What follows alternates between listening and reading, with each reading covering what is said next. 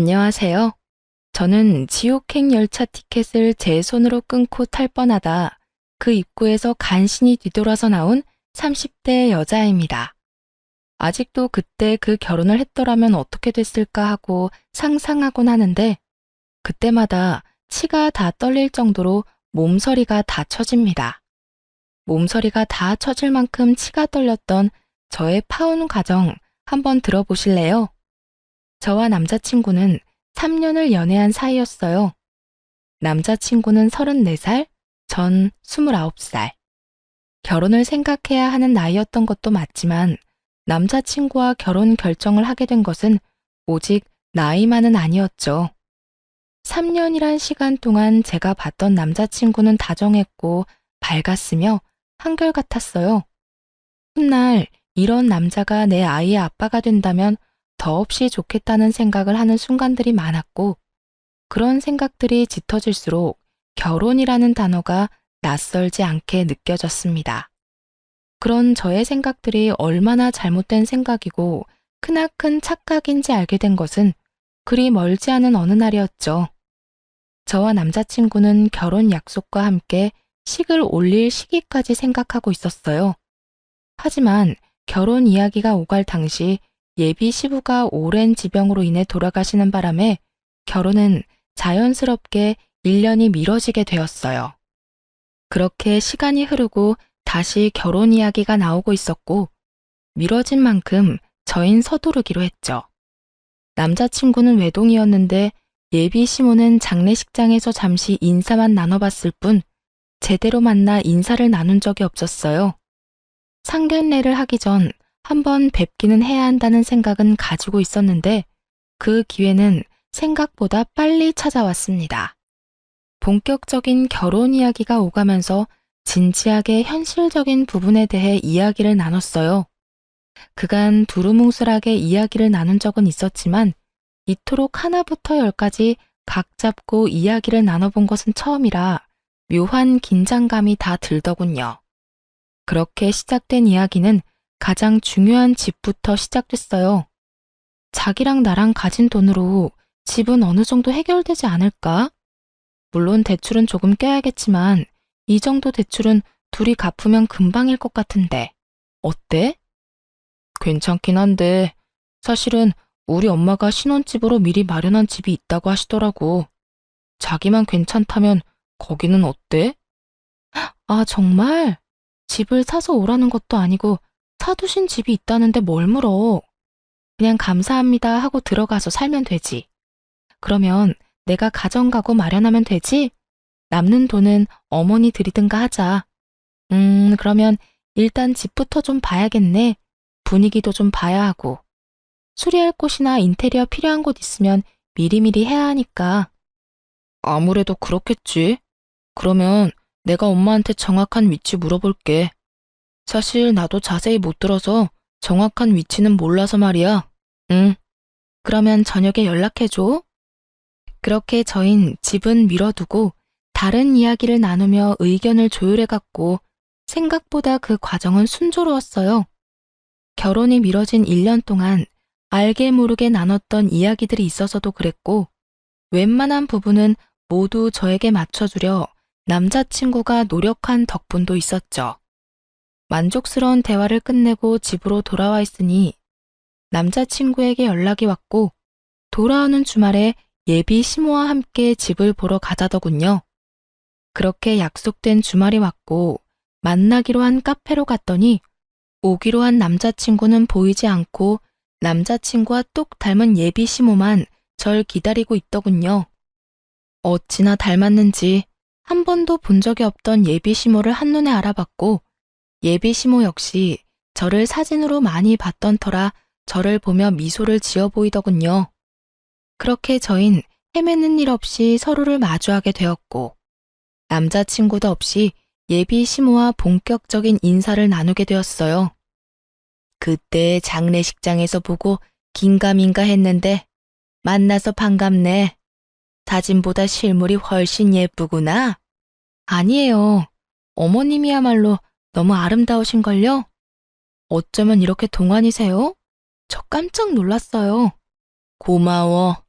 아, 우리 아들은 회사에서 갑자기 연락이 와서 급히 나가더라고. 워낙 정신없이 나가길래 내가 너 만나면 이야기 전해줄 테니 여긴 신경 쓰지 말고 우선 급한 일이나 처리하라고 했어. 그러니 연락 안 줬다고 섭섭해하지 말고. 아, 그럼요. 그럴 수도 있죠. 이렇게 칭찬으로 말문에 포문을 연 저희는 분위기를 좋게 이어나가려고 했지만 이따금씩 찾아오는 정막은 어쩔 수 없더군요. 또다시 찾아온 정막에 마른 침만 삼킬 때쯤 예비 시모는 곧잘 마시던 커피를 내려놓더니 먼저 말을 꺼내더군요. 이야기 다 들었지? 집은 그렇게 하기로 했고 가정가구는 알아서 준비하면 될 것 같아. 그리고 번거로운 절차나 형식은 다 생략했으면 하는데 괜찮지? 아들한테 들으니 요즘엔 그렇게 하는 게 트렌드라고 해서 말이야. 조금 의아했어요. 다 생략하는 게 좋겠다고 생각은 했지만 남자친구의 말론 아무래도 자신이 외동이라 엄마가 제대로 격식 차리고 싶어 할 수도 있다는 이야기를 들었던지라 그렇게 하는 것도 나쁘진 않겠다고 생각했거든요. 그런데 그런 예비 시모의 입에서 생략하자는 말이 나오니 의아할 수밖에요. 제가 의아함을 감추지 못하고 있으니 시모는 오해를 했는지 이런 말까지 하기 시작했어요. 아, 혹시 혼수가 부담스러우면 정말 최소한으로 꼭 필요한 것만 채워 넣어도 되니 너무 부담 가지지 마라. 살면서 필요한 게 있다 싶으면 내가 채워줄 테니. 아니에요.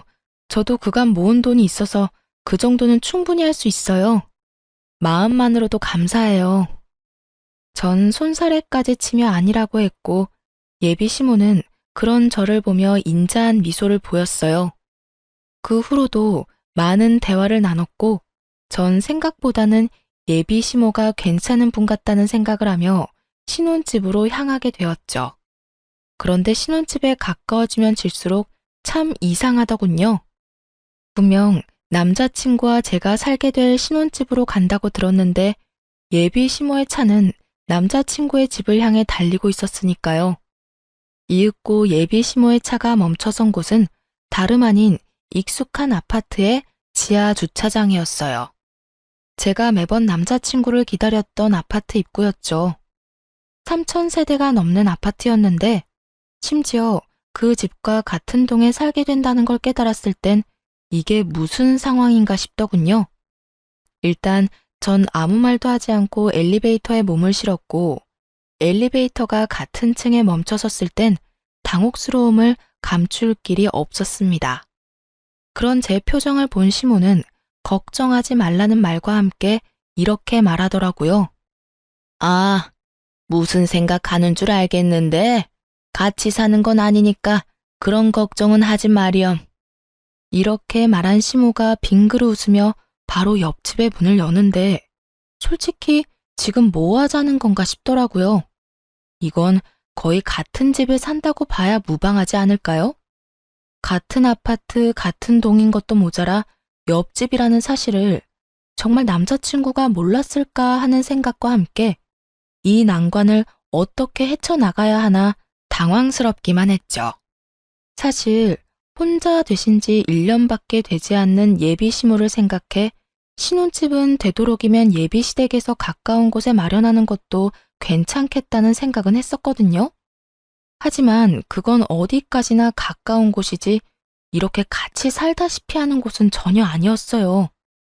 그렇게 정신을 차려보니 집 아니었고 도저히 표정 관리가 되지 않았던 저는 일단 화장실에 도망치다시피 들어와 버렸어요. 거울을 보니 제 표정이 정말 가관이더군요. 그 순간 배에서 익숙한 고통이 느껴지며 직감적으로 한 달에 한 번 걸리는 마법의 날이 시작됨을 알게 되었어요.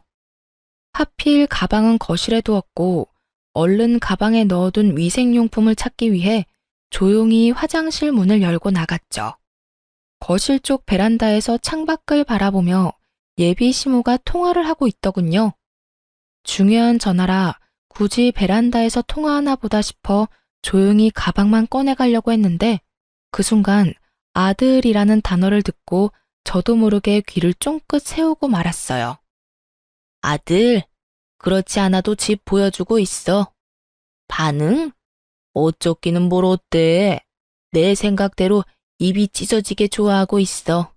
뭐, 집도 넓고 좋으니 자기가 안 좋아하고 배겨? 아파트 단지로 들어서고 난 후 입이 찢어지게 좋아하기는커녕 미소 한 번 보인 적이 없었는데 어떤 모습을 보고 저딴 이야기를 전하는지 모르겠더군요. 그 이야기만으로도 충분히 어이가 없는데 더 어이없는 말들이 제 귀에 들리기 시작했어요. 애까지 게 시댁 옆이라고 싫어하면 어쩔 거야? 너희 결혼한다고 진작 소문 다 나지 않았니? 그래, 그러니까. 그렇게 소문 다 난 마당에 파혼이라도 해봐라. 누구 손해일 것 같아? 남자는 아무 문제 없어도 여자는 그렇지도 않아.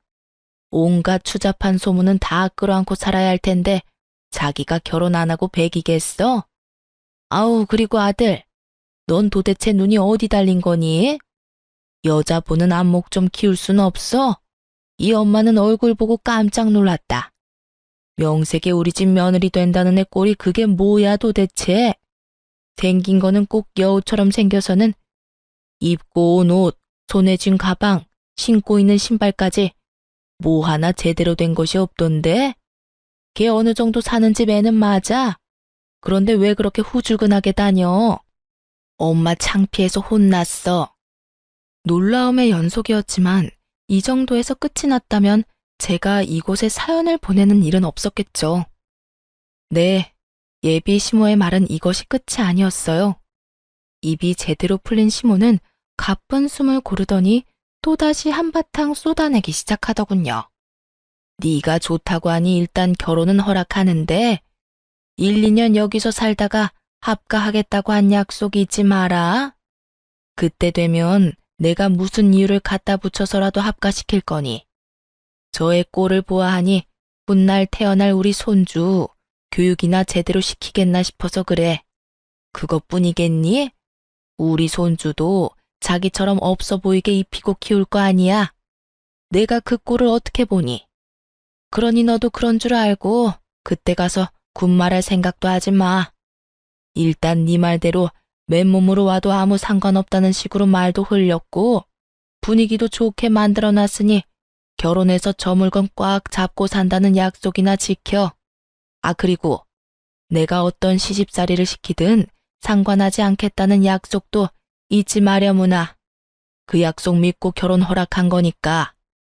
휘몰아치는 말들을 들으며 전 어찌해야 할 바를 몰랐고 정신을 차려보니 예비 시모와 헤어지고 저의 집 제 방이더군요. 전 이해가 되지 않았어요. 제가 무슨 잘못을 했다고 저를 그리 미워하는 건지. 아니, 애초에 장례식장에서의 그 짧은 만남을 제외하곤 인사한 건 오늘이 처음이었는데 제 모든 것이 싫다고 할 만큼 미움받을 틈이 있었나 싶더군요. 전 곱씹고 또 곱씹어도 저에겐 어떤 잘못도 없었고 생각하고 또 생각해도 이건 아니라는 생각이 강하게 들었어요. 그렇게 한참을 생각에 잠겨 있는데 엄마가 조심스럽게 제 방으로 들어오더라고요. 걱정이 가득한 표정의 엄마. 당연했어요. 집을 보고 오겠다며 신나서 나간 딸이 넋이 나간 것도 모자라 잔뜩 굳은 표정으로 돌아왔으니 말이에요. 딸, 오늘 집 보고 온다더니 무슨 일이 있었던 거야? 아무리 남자친구와 제가 하는 파혼이라 할지라도 혼자 할 결정은 아니라는 생각이 들었던 저는 제가 듣고 본 모든 사실을 엄마에게 말해주었고 제 말을 다 들은 엄마는 격분하기 시작했어요. 아니 뭐 그런 집구석이 다 있어? 어떻게 된 집구석이면 결혼을 하기도 전에 남의 집 귀한 딸을 합가시킬 계획까지 세우고 있냐고. 뭐? 시집살이? 자기가 뭔데 내 딸한테 시집살이를 시켜? 그니깐 나도 깜짝 놀랐어. 카페에서 이야기 나눌 때까지만 해도 전혀 그런 사람이 아니었거든?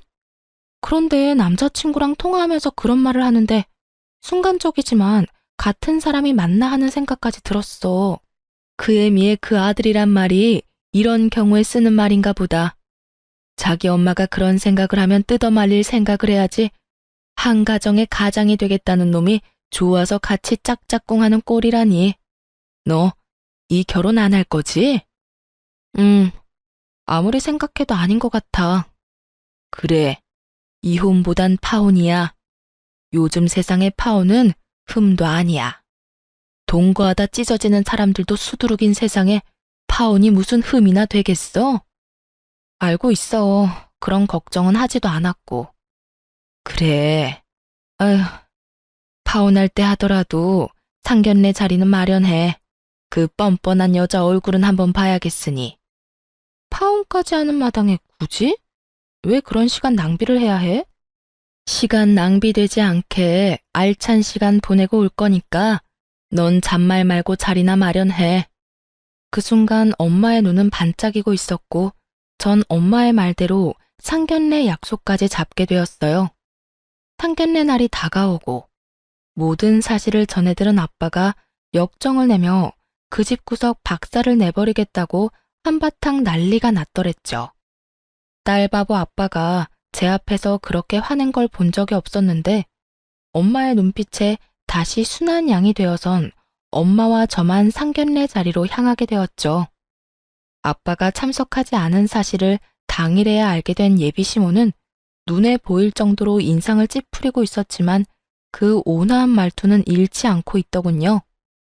엄마는 예비 시모의 모든 말들을 건성으로 대답한 채 주문을 했고 주문을 마친 엄마는 준비한 말들을 쏟아내기 시작했어요. 애들 신혼집 이야기는 들었습니다만 제 생각엔 34평은 좀 작은 것 같네요. 그러지 말고 이렇게 하는 건 어떨까요? 저희도 놀고 있는 집이 한 채 있는데 그 집에서 애들 시작하게 하는 걸로요. 엄마는 손을 닦고 있던 물수건을 내려놓으며 말했고 시모는 당황한 듯 눈썹을 들썩이며 답을 하더군요.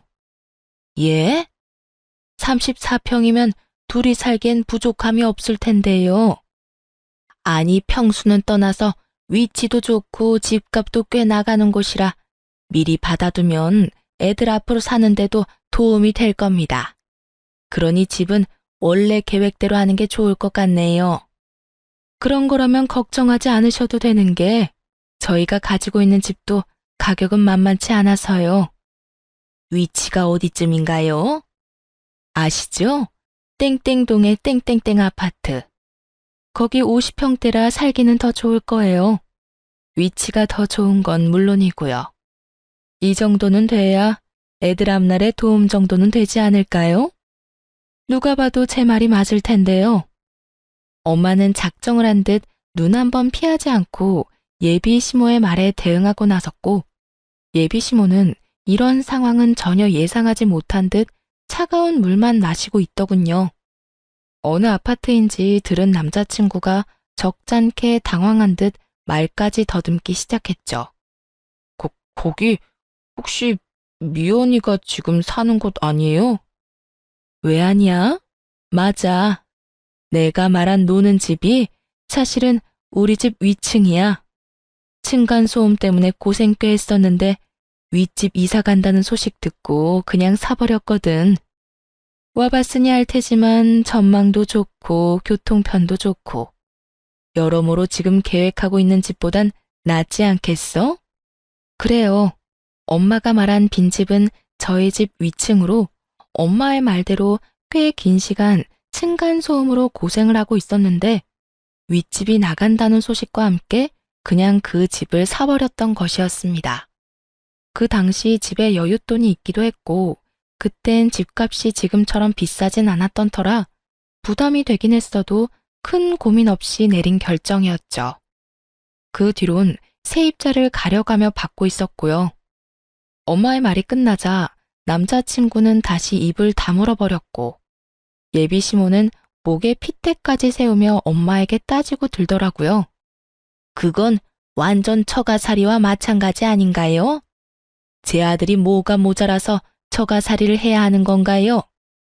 왜 우리 귀한 외동아들이 처가살이를 해야 하냐고요? 목에 핏대까지 세우며 노발대발하는 예비 시모와는 달리 엄마는 무서울 정도로 평정심을 유지하며 말을 했어요. 자식이 하나든 둘이든 기약인 매 한 가지인데 왜 우리 딸은 그딴 집에서 살게 하려고 했나요? 시집살이나 다름없는 그딴 집에서 말이지요. 엄마의 말에 예비 시모는 코웃음을 치며 이렇게 말하더군요. 그거야 남자하고 여자하고 같나요? 여자는 시집 오면 죽어서도 시댁 귀신인데 당연히 시댁 가까이 있어야 하는 거 아닌가요? 그리고 양가 부모님 다 계시는 그쪽 상황과는 달리 전 작년에 애아빠도 떠나보내고 저 혼잔데 그 정도 욕심 정도는 좋게 봐주실 수도 있잖아요. 예비 시모는 말이 끝나자 남자친구는 머리를 긁적이며 자기 엄마 편을 들고 나서더라고요. 그래요, 장모님. 아버지 돌아가신 지도 얼마 안 돼서 한동안은 제가 가까이에서 지내고 싶어요. 그러니 조금만 이해 부탁드립니다. 제가 장모님 소중한 딸 귀히 여기고 아끼며 잘 살겠습니다. 귀히 여긴다는 말을 듣고 있는데 저도 모르게 피식 웃음이 터져나오고 말았어요. 귀히 여겨? 한동안? 너는 한동안이 한평생이야? 1, 2년만 살다가 너희 집으로 합가할 거란 말은 왜 쏙 빼? 내가 싫든 좋든 무조건 합가할 계획까지 다 세웠잖아. 그게 무슨 말이야? 합가라니. 그런 계획은 세운 적도 없고 생각해 본 적도 없어. 뻔히 다 알고 있는데 절대 아니라고 발뺌을 해대는 남자친구를 향해 무서운 표정을 한 엄마가 또박또박 큰 소리로 말했어요. 절대 아니라고 하니 우리가 말하는 집에 들어와서 살아도 상관없지. 사돈 될 집이나 남편 될 놈이나 하고 있는 꼴을 보니 내가 안 되겠다 싶어서 그래. 가진 건 쥐뿔도 없으면서 거치장 하는 데만 정신이 팔려서는 내가 딱 보아하니 지방 거덜내는 건 시간 문제일 것 같아서 그래. 아, 그리고 앞으로 태어날 손주도 걱정이지. 그딴 집에서 애 교육이나 똑바로 하겠어? 아무래도 걱정되어서 내가 옆에다 끼고 키워야지 원. 둘은 익숙한 말을 그대로 돌려받은 후에야 비로소 그때 제가 듣고 있었던 걸 눈치챘더라고요. 남자친구는 안절부절 못하고 제 눈치를 살피는 반면 시모는 붉어진 얼굴로 저를 쏘아보며 묻더군요. 다 들었던 거니? 네, 공교롭게도 다 들어버렸네요. 시집살이를 호되게 시킨다는 말까지 다 들어버렸는데 어쩌죠? 전 추후도 그 호되다는 시집살이를 당해줄 생각 따위는 없어서요. 이 음흉한 년, 어디서 보고 배운 것 없이 남의 통 하나 엿들어? 하여튼 이래서 가정교육이 중요하다니까. 예비 시모는 욕설까지 섞으며 저에게 화를 내기 시작했고 그런 모습을 그냥 두고 보고만 있을 저희 엄마가 아니었습니다. 생긴 대로 논다더니 천박하게 생겨서는 말하는 꼴도 생긴 그대로네. 어디선 연자를 입에 올려? 뭐? 천박? 너 말 다 했어? 난 더는 당신 같은 천박한 사람이랑 말 섞고 싶지 않은데 어쩌지? 너 이제 어떻게 할 거야? 내 딸이랑 결혼할 거야 말 거야? 엄마는 궁시렁대고 있는 예비 시모를 무시한 채 남자친구에게 물었고 우물쭈물 눈치만 살피던 남자친구는 고개를 푹 숙인 채 이렇게 말하더군요. 장모님 뜻에 따르겠습니다. 예상치 못한 답변에 예비 시모와 저는 놀라 남자친구를 바라보고 있는데 엄마는 이런 답을 예상했다는 듯 피식하고 웃어버리시더라고요. 놀란 것도 잠시 예비 시모는 남자친구를 붙잡고 닥달하기 시작했고 남자친구는 여전히 고개조차 들지 못하고 있었어요. 네가 어떻게 그런 결정을 내릴 수가 있어? 네가 어떻게 나한테 이럴 수가 있냐고? 그러면 어떻게 해? 엄마한텐 미안하지만 나 미연이 정말 많이 사랑한다는 말이야. 이 결혼 꼭 하고 싶어.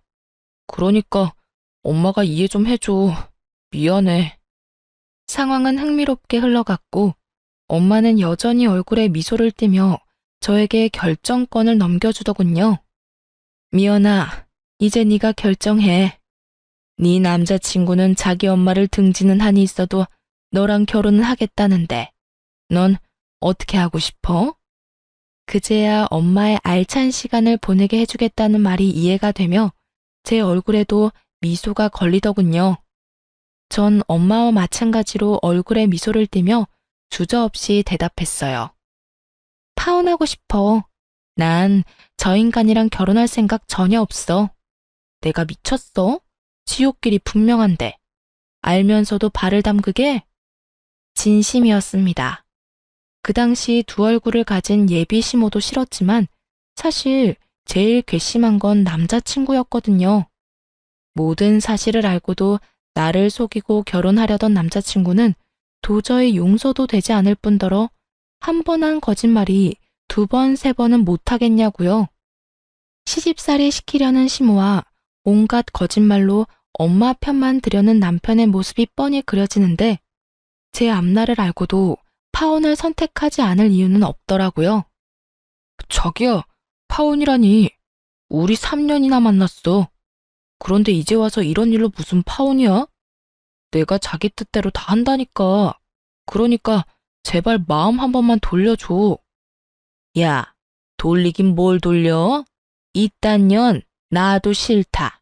감히 어디서 네가 뭔데 내 아들한테 파혼을 운운해? 내가 뭐긴 뭐예요? 이 파혼의 당사자죠. 그러니까 아줌마보단 내가 파혼을 입에 올리는 게 좀 더 당연한 일이 아닐까요? 그리고 아줌마, 나도 싫어요. 나도 아줌마같이 몰상식한 사람이 내 시어머님이 되는 거 죽기보다 끔찍하다고요. 뭐? 아줌마? 끔찍해? 너 지금 말 다 했니? 다 하진 않았는데 그만하려고요. 더 해봤자 뭐하나 싶고 더 해봤자 내 입만 아픈 일 아니겠어요? 인연이? 이윽고 흥분이 최고조에 다다른 예비 시모는 제 얼굴에 물을 부어버리더군요. 차가운 물이 제 얼굴을 적시고 물이 한 방울씩 뚝뚝 떨어지던 그때 이때껏 단 한 번의 흥분도 하지 않고 평정심을 유지하던 엄마가 그 자리에서 벌떡 일어나 똑같이 물을 끼얹으며 소리를 질렀어요.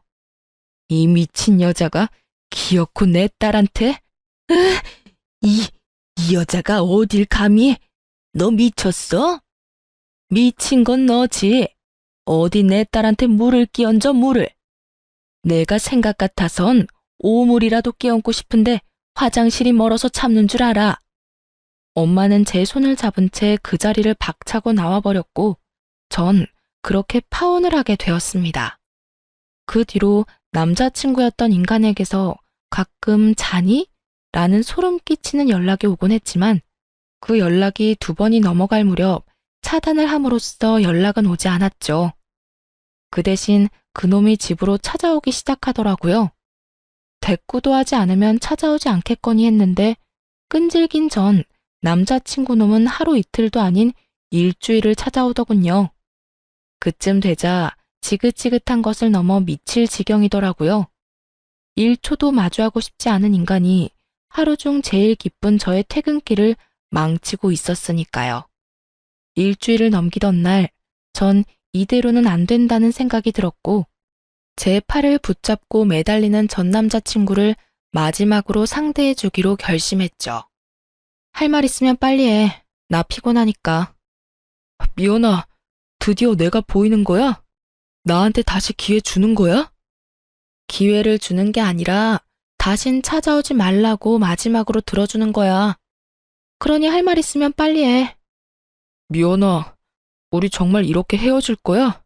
정말 이대로 끝낼 거야? 그러니까 제발 찾아오지 마. 부탁이야. 그 순간 갑자기 무릎까지 꿇고 애걸복걸하며 지저분하게 굴더라고요. 그래서 저는 당장 그 사람 엄마에게 전화를 걸었어요. 어머, 네가 웬일이니? 나한테 전화를 다 하고. 행여나 잘못했다고 빌 생각이면 하지 말거라.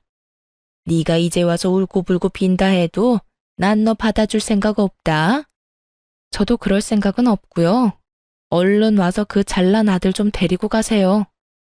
어딘지는 알죠?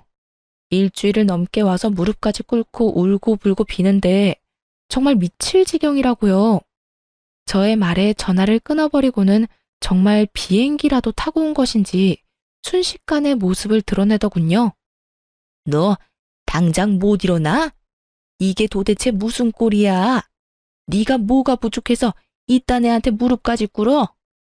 무슨 소리를 하든 전 남자친구는 미동도 없이 앉아 있었고 이윽고 아줌마의 비난은 저를 향하고 있었어요. 네 년 때문이야. 내 아들이 이렇게 망가진 건 다 네 년 때문이라고. 제가 정말 단 하나도 이해가 되지 않아서 그러는데 왜 이 모든 게 내 탓이 되는 걸까요? 내가 이 사람 불렀어요? 내가 이 사람 강제로 무릎이라도 꿇렸어요? 난요, 연락 받는 것도 싫어서 차단까지 했는데 직접 그것도 일주일씩이나 찾아와서 구질구질하게 매달린 건 이 사람이라고요. 인연이 오늘 너 죽고 나 죽자. 내가 너 오늘 가만 안 둘 거야. 온갖 고상이란 고상은 다 떨어대던 전 예비시모는 고함을 지르며 제 머리채를 휘어잡았고 파혼도 했겠다. 더는 참고 있을 필요가 없었던 저 역시 인정사정 없이 그 머리채를 잡아버렸어요. 개판도 그런 개판이 없었죠. 딸뻘 되는 제 머리채를 잡은 아줌마나 엄마뻘 되는 아줌마의 머리채를 잡은 저나 남들이 보기엔 독인 객인인 상황이었습니다. 몸으로 번져버린 저희의 싸움에 전 남자친구가 일어나 말려봤지만 흥분한 두 여자를 뜯어내기엔 역부족이었고 계속된 싸움에 결국 집에 있던 엄마까지 뛰어나오게 되었어요. 엄마의 목소리가 들리자 저는 그 아줌마의 손을 확 꺾어버리며 바닥으로 밀쳐버렸어요. 그 순간 엄마가 고이 들고 온 양동이를 두 사람에게 붓고는 이렇게 말했어요. 내가 경고했지? 오물을 뿌리고 싶은 걸 겨우 참고 있었다고. 그 양동이는 저희 집 강아지가 싼 소변 패드를 푹 담아놓은 오물이었어요. 엄마는 결국 바라던 대로 오물을 두 사람에게 끼얹어 버렸고 오물을 뒤집어 쓰게 된 두 사람은 고함을 지르더군요. 이게 뭐야? 엄마, 이거 오줌 찌른 내 아니야? 왜 아니야? 이 여자가 진짜 미쳤나? 왜 사람한테 오줌물을 뿌려? 두 사람의 표정과는 상반되게 엄마는 승리에 취한 표정을 짓고 있었고 제 손을 꽉 잡으며 이렇게 말하더군요. 그러게, 왜 찾아와서 이 난리야? 내 딸이 싫다는 말 못 들었어? 내 딸이 우스워? 네 딸이 얼마나 질질 흘리고 다녔으면 내 아들이 이랬겠어. 앞으로 딸 관리 좀 잘하란 말이야. 이런 일 없게. 이 무슨 억지스러운 말인지 모르겠더군요. 투명인간 취급을 해도 찾아와서 귀찮게 군 인간이 누군데 저딴 말을 짓거리는 건지. 입으로 나온다고 해서 다 말이 아니란 걸 그날 처음 알았지 뭐예요? 더불어 사람 입에서도 개소리를 할 수 있다는 사실도요. 엄마는 코웃음을 치며 말했습니다. 까고 있네 정말. 내가 웬만하면 상스러운 말 쓰기 싫어서 참고 또 참았는데 너 같은 건 욕 없인 대화가 안 되겠네. 야, 이 미친년아, 정신 차려. 내 딸이 흘린 게 아니라 네 아들이 내 딸 못 잊어서 미쳐 날뛰는 거야. 알겠어? 그러니까 네 아들 다리 몽둥이를 꺾어버리든 누나를 뽑아버리든 그건 알아서 하고 불구를 만들어서라도 우리 눈앞에 보이지 않게 해. 다시 한번 내 딸 앞에 얼씬거리는 날엔 경찰에 신고할 테니 그런 줄 알아. 엄마는 욕이라고 모르는 사람인 줄 알았는데 생각보다 엄마의 욕은 화려했고 경고는 강했어요. 그 이후 그 인간들의 소식은 들을 수도 없었으니까요. 그렇게 5년이란 시간이 흘렀어요. 그동안 저는 좋은 사람을 만나 결혼도 하고 이제 300일이 되어가는 딸을 키우며 그 누구보다 행복하게 살아가고 있었어요. 그런데 얼마 전 딸이 감기에 걸려 동네 인기 있는 소아과에 딸과 함께 방문하게 되었어요. 진료를 기다리며 딸을 보고 있는데 소아과 문이 열리더니 익숙한 두 사람이 들어오더군요. 네, 맞습니다.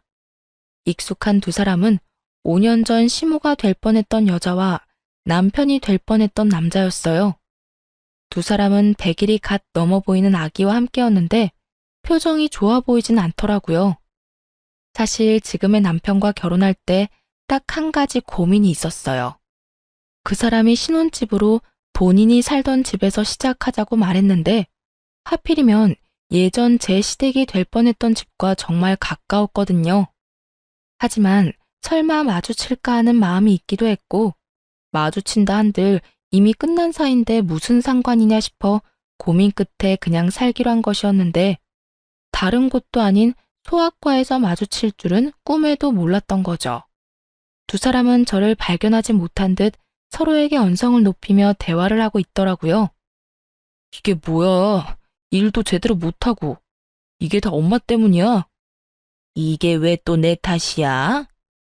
엄마 말처럼 멍청한 애 찾아서 결혼했으면 잘해주기라도 했어야지. 설득하는 것도 아니고 강제로. 그것도 애 낳자마자 합가라니 나 같아도 싫겠다고. 거기에다 출산한다고 몸도 성치 않는 사람 그렇게 쥐잡듯이 잡으니 걔가 안 도망가고 버텨? 나라고 그럴 줄 알았겠니? 애도 낳았겠다. 애 위해서라도 참고 살 줄 알았더니 그리고 말은 바로 해라. 멍청하기는. 멍청한 애가 이혼할 때 위자료를 그렇게나 뜯어간다니? 애도 딱 주고 가는 거 봐.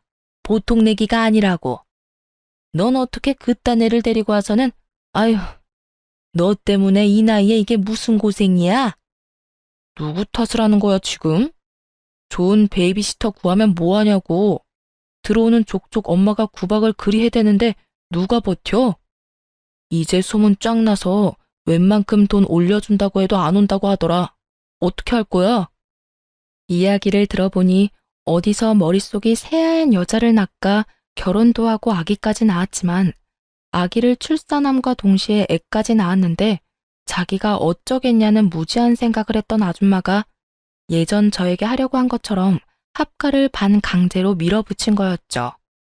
산후조리도 제대로 하지 않은 여자에게 모진 시집살이를 시켰고 그걸 견디지 못한 여자는 자식이고 뭐고 이혼 소송으로 위자료만 잔뜩 챙겨갔다더군요. 오죽했으면 자기 배 아파서 낳은 생태 같은 자식을 버리고 도망갔을까 하는 생각도 들더라고요. 제가 보기엔 누구 하나 잘난 사람이 없는데 뭘 그리 따지는 것인지 이해가 되지 않기도 했고요. 병원 안에서 조용히 대화를 엿듣는 다른 엄마들도 같은 생각인지 저마다 곱지 않은 눈초리로 두 사람을 훑고 있더라고요. 그렇게 주변의 시선 따윈 신경 쓰지 않고 열심히 열을 올리며 서로의 탓으로 돌리던 순간 전 남자친구의 눈과 딱 마주쳐버렸고 피하기엔 늦은 상황이 되어버렸습니다. 꼴에 결혼은 했나 보네. 쟤 하고 있는 꼴을 봐라. 너 그때 엄마 버리고 쟤하고 결혼해서 봐라. 네가 지금 어떤 꼴로 살고 있을지 안 봐도 뻔해. 예전엔 저 정도는 아니었는데 좀 그렇긴 하네. 그땐 네 눈에 콩깍지가 씌었었고 거봐, 엄마 말 듣기 잘했지? 꼴값이지도 않더라고요. 자식 아파 소아과 가는데 집에 있는 비싼 옷 갖춰 입고 가는 게 더 웃긴 거 아닌가요? 그리고 저요, 꼴이라고 불릴 만큼 허름한 행색도 아니었어요.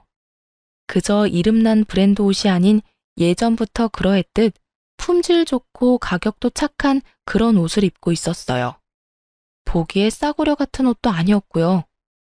거기에다 상견례를 할 당시 꼴 같지도 않게 온몸에 명품을 휘두르며 자랑질하던 그쪽 집보다 낭비하지 않고 지내는 저희 집이 재산으로 보나 뭐로 보나 잘 산다는 것을 알았을 텐데 누가 누구 보고 꼴을 운운하는 것인지 이해가 되지 않더라고요. 또 한편으로는 참 여전하다는 생각도 들었고요. 아무것도 묻지도 따지지도 않고 저를 미워하던 늙은 여자나 그런 엄마도 부모라고 좋다고 쿵짝 맞춰주던 저놈이나 말이에요. 이런 저의 마음을 아는지 모르는지 한참을 제 귀에 다들리게 쑥덕대던 두 사람은 본인들의 차례가 되었는지 진료실로 들어가고 전 예약을 하지 않고 갔던 터라 두 사람보다 더 늦게 진료를 보고 병원을 나서게 되었어요. 딸의 감기가 심하지는 않다는 말을 듣고 보다 가벼운 발걸음으로 병원 나서는데 글쎄 그 두 인간이 병원 입구에 서성이고 있는 것이 아니겠어요? 제가 진료를 보기 한참 전에 진료를 다 보고 나가는 것을 봤는데 이때껏 그 앞을 서성이고 있다니. 정말 뭐 하는 인간들인가 싶더군요. 뭐 반가운 얼굴이라고 굳이 얼굴을 내비치나 싶기도 하고요. 두 사람은 저의 예상대로 저를 기다린 것이 맞는 듯 눈을 반짝이며 오더군요. 그리곤 아직 하고 싶은 말이 남았는지 쉬지 않고 제 험담을 하기 시작했어요. 쟤 어떤 집에 시집 갔는지 뻔하다 뻔해. 보나마나 별 볼 일 없는 집에 시집 갔겠지. 제 성격도 성격이지만 그 정신 나간 여편네 고약한 성격에 어디 제정신 박힌 남자가 장가 왔겠어? 어디 멍청한 놈 하나 물어서 결혼했을 거야. 하긴 쟤 사귈 때도 성깔 보통 아니었어. 그나저나 같은 남자로서 제 남편 불쌍하네. 어쩌다 저런 애랑 결혼해서 애까지 낳았으니 이제 끝이지 뭐. 한평생 마누라 눈치도 모자라서 처가 눈치나 보고 살겠네. 넌 그런 애랑 결혼한다고 그 난리를 부린 거니? 엄마까지 버린다고 하면서? 에이 엄마, 그래서 결국 안 하고 엄마 곁으로 왔잖아. 지난 일은 묻어두자고요.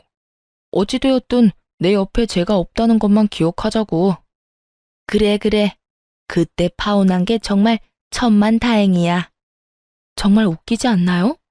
나이도 먹을 만큼 먹은 사람들이 그렇게나 할 짓이 없는 것인지, 이제 와서 저래봤자 뭐가 남는다고 저딴 짓거리나 하는 것인지, 하긴 저딴 인간들이니 애까지 낳은 여자가 도망까지 가지 않았겠어요? 거기에다 자신들이 한 일은 생각지도 않고 입에서 나오는 대로 짓거려대는 모습들이 점점 제 신경에 거슬리고 있던 참이었죠. 더러워서 피하려고 했던 저의 인내심이 바닥나며 한마디 해야 하나 말아야 하나 망설이던 순간 익숙한 자태를 뽐내는 외제차가 급하게 멈춰서더군요. 여보! 저의 입에선 여보라는 말이 흘러나왔고 차에서 내린 말끔한 차림의 남편이 저에게 허겁지겁 달려왔어요. 여보, 당신 진짜 이럴 거야? 저의 남편인 걸 확인한 지금 저는 보았어요. 두 사람의 입이 정말 거짓말 하나 보태지 않고 쩍 벌어지는 모습을요. 어느새 차에서 내린 남편은 걱정스러운 눈빛으로 제 앞에 서 있었고 저는 출근한 사람이 여기 왜 있나 싶었어요. 응? 내가 뭘? 무슨 일 있어? 여긴 어떻게 왔어? 무슨 일 있지? 병원 갈 거면 나한테 말하라고 했잖아. 내가 같이 간다고. 왜 혼자 왔어? 병원이 천리말리 있는 것도 아니고 걸어서 충분히 올 수 있으니까 그냥 왔지. 그나저나 당신 오늘 이혼 상담 있다고 하지 않았어? 중요한 분이라고 준비 오래 했었잖아. 그건 어떻게 하고 여길 와? 지금 그깟 클라이언트가 중요해?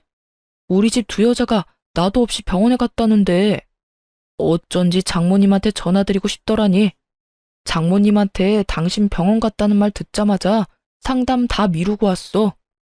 네, 제 남편은 보시다시피 팔불출이고 꽤 능력 있는 변호사예요. 오늘 중요한 분과 상담이 있다길래 일부러 아무 말도 하지 않고 딸과 함께 병원에 왔던 것인데 남편이 결국 알고 득달같이 쫓아왔던 것이었어요. 남편은 자연스럽게 저의 품에 있던 딸을 받아 안았고 곁눈질로 두 사람을 보니 여전히 벌어진 입을 다물지 못하고 있더군요. 그랬겠죠. 두 사람은 제가 변변치 못한 남자랑 결혼해 대접, 대우 이런 것은 꿈도 못 꾸고 그저 애 하나 보고 사는 그런 불행한 꼴을 기대하고 있었던 것 같은데 제가 이리 사랑받으며 살고 있으니까요. 그 순간 귀히 대하겠다는 전 남자친구의 말이 왜 생각이 났는지는 모르겠지만 전 누가 보아도 귀히 대접을 받고 있었어요. 내가 이럴까봐 당신한테 말 안 한 거야. 다음부턴 절대 그러지 마. 병원 오는 게 뭐 힘든 일이라고 일까지 내팽개치고 와. 애 데리고 병원 오는 거 충분히 힘든 일이야. 그거 보통 일이 아니라고. 그러니까 내가 일도 내팽개치고 이렇게 달려오는 거 싫으면 다음부턴 미리미리 말해줘. 10분 전이라도 되니까 미리 말만 해. 괜히 혼자 애 데리고 고생하지 말고. 당신 출산하고 손목도 안 좋잖아. 그래서 걱정이 너무 돼서 그래. 남편은 제 손을 잡고 흔들며 애교를 부렸고 전 하는 수 없이 웃고야 말았죠. 제가 웃으니 남편도 방긋 웃어 보였고 저에게 이제 차에 타라는 듯 자연스럽게 뒷문을 열어주었어요. 전 누구보다 자연스럽게 그 차에 쏙 타버렸고요. 그 순간 두 사람의 표정이 어땠는 줄 아세요? 믿을 수 없다는 눈빛과 함께 절망적인 표정을 짓고 있더라고요. 품에 안은 아기는 쉴 새 없이 울고 있었고요. 그 순간 제 마음에 통쾌함이 가득했다면 제 심보가 너무 고약한 걸까요? 남들 생각이 어떻든 전 그 순간 참 통쾌했어요. 그렇게 사람 면전에 두고 온갖 무시와 핀잔을 해대더니 실상은 전 이렇게 사랑받고 있고 입이 마르도록 욕하던 그 꼴이 자신들이 처한 꼴이었으니까요. 그렇게 차에 탄 제가 통쾌함에 미소 짓고 있는데 남편이 차에 타려고 문을 열며 이렇게 외치더라고요. 안 되겠어. 우리 당장 차 한 대 더 사자. 당신 타고 다닐 차 있어야겠어. 아니면 이 차 줄까? 이 차 탈래? 이렇게 저의 팔불출 남편은 자신도 모르는 사이에 저의 복수의 마침표를 찍어주었어요. 전 이런 팔불출 남편과 아주 행복하게 잘 살고 있습니다. 남편은 앞서 말했듯이 저에게 다정하고 혹여나 제 손에 가시라도 박히는 날엔 저보다 더 아파해주는 그런 남자예요. 이런 남편이 무엇보다 좋았던 것이 있었는데요. 그건 바로 부모님을 존경한다는 것이었어요. 남편의 존경을 한 몸에 받을 만큼 시부모님은 존경받아 마땅한 좋은 분들이셨고 그런 좋으신 분들을 존경하고 섬기는 남편이 참 멋져 보이더라고요. 그래서 저도 제 시부모님들을 존경하고 잘 섬기며 살아가고 있어요. 남편은 시부모님을 존경하는 만큼 저희 부모님께도 바쁜 시간을 쪼개고 쪼개 잘하려고 노력해 주더라고요. 가끔 저러다 잘못되겠다는 생각이 들 정도로 하루 24시간을 참 바쁘게 사는 사람인데 그런 사람이 저희 부모님까지 잘 챙겨주니 진심으로 고맙다는 마음이 들더군요. 저야말로 정말 똥차 가고 나면 벤츠 온다는 바람직한 예가 아닐까 싶네요. 근래엔 1년에 한 번씩은 시부모님과 친정 부모님을 모시고 여행을 다니곤 하는데 이 행복이 영원했으면 좋겠다라는 생각이 들 정도로 행복해요. 혹시나 저처럼 결혼을 앞두고 이건 아니라는 생각으로 결혼을 망설이고 계신 분들께 말씀드리고 싶어요. 모든 사람이 나와 퍼즐 맞추듯 맞춰질 순 없더라도 최소한 나와 맞춰지려고 노력은 해야 답이 있지 않겠어요?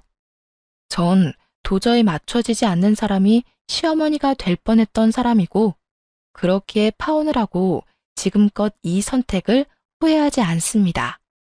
해볼 때까지 해봐야 후회가 없다는 말도 있던데 그 말도 틀린 말도 아니죠. 하지만 저처럼 굳이 구렁텅이란 걸 뻔히 알면서 내 발 더럽혀가면서까지 그 구렁텅이에 발을 담가볼 필요가 있을까요? 선택은 그 갈림길에 서 있는 분들의 몫이겠지만 저로서는 고개가 내저어지네요. 하여튼 모든 분들이 현명한 선택을 하시길 바라며 저의 긴 사연 들어주신 모든 분 감사합니다. 좋은 하루 되세요.